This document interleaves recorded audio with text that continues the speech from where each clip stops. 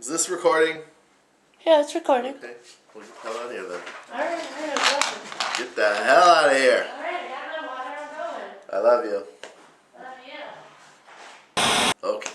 So you want an origin story? Well, it's pretty simple, really. My aunt and uncle moved in next door to her parents' house. We were about 8 years old.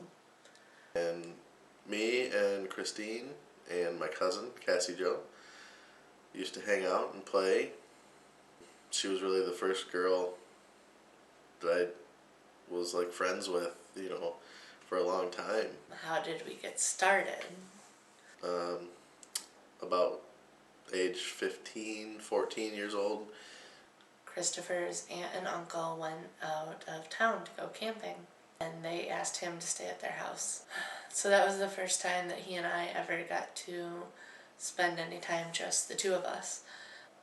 So I discovered during that week that I really liked him. That friendship turned into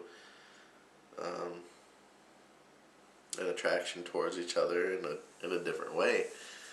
I was nervous to tell him how I felt, so I wrote everything down in a letter.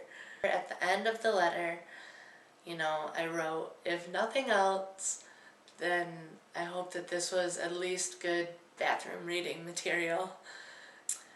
And so we set out on a mission to deliver the letter to him. And I remember, we walked in the house. He was sitting in the living room playing a video game or something.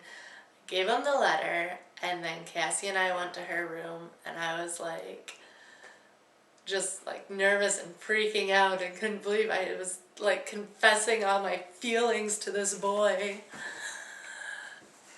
And so I was like, Cassie, I gotta get out of here, but I can't walk back through the living room while he's reading that.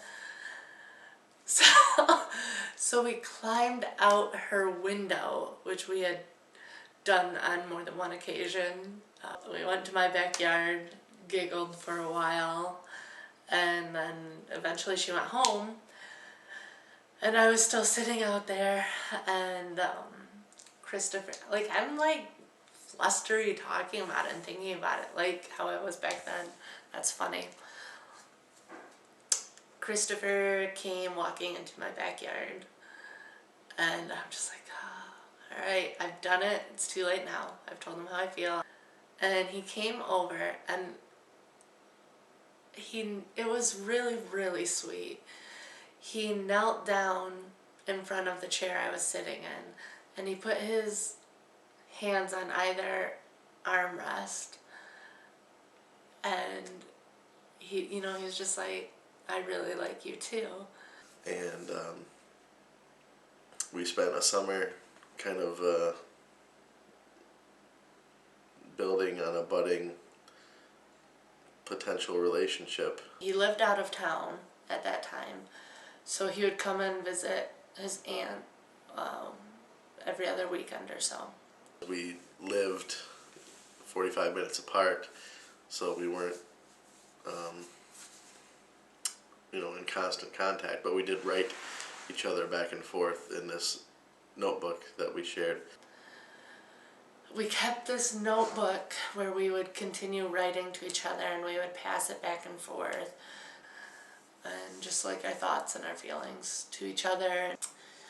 And one day Christopher wrote me a letter that said, will you be my girlfriend? I did write her a letter asking her out. She said, no, please ask me out in person. There's no nice way to say it. I called him a pussy for asking me out in a letter. And I said it was different from one I wrote him because I didn't know how my feelings would be received. And I just never did. I don't know why. I guess I was too scared or too much of a pussy or whatever you want to call it. We kept talking kind of like we had been, and he never asked me out.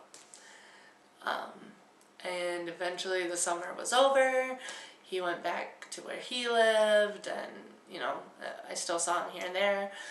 kind of thought, well, whatever, that's how summer flings are. I'm a sophomore in high school. It's not like that was the boy I'm gonna marry. So that happened, and then life happened, and Fast forward about 8 years from there. Christopher and I were still really good friends. We talked a lot and, hung out from time to time. So this one time in particular, we were hanging out and we were joking about kind of what our life would have been like if we had gotten married, and we laughed and said, "Oh, we're still gonna get married someday." And we talked about like what kind of father he would be and what kind of mother I would be, and he would be like the one that the kids ran to and like they're like, "Daddy, let's have ice cream even though it's like time for dinner." And he'd be like, "Yeah, let's. It's always a good time for ice cream." And I'd be like in the background like, "No, you can't give them ice cream whenever they want." And we just had this whole like little silly life picture that we discussed.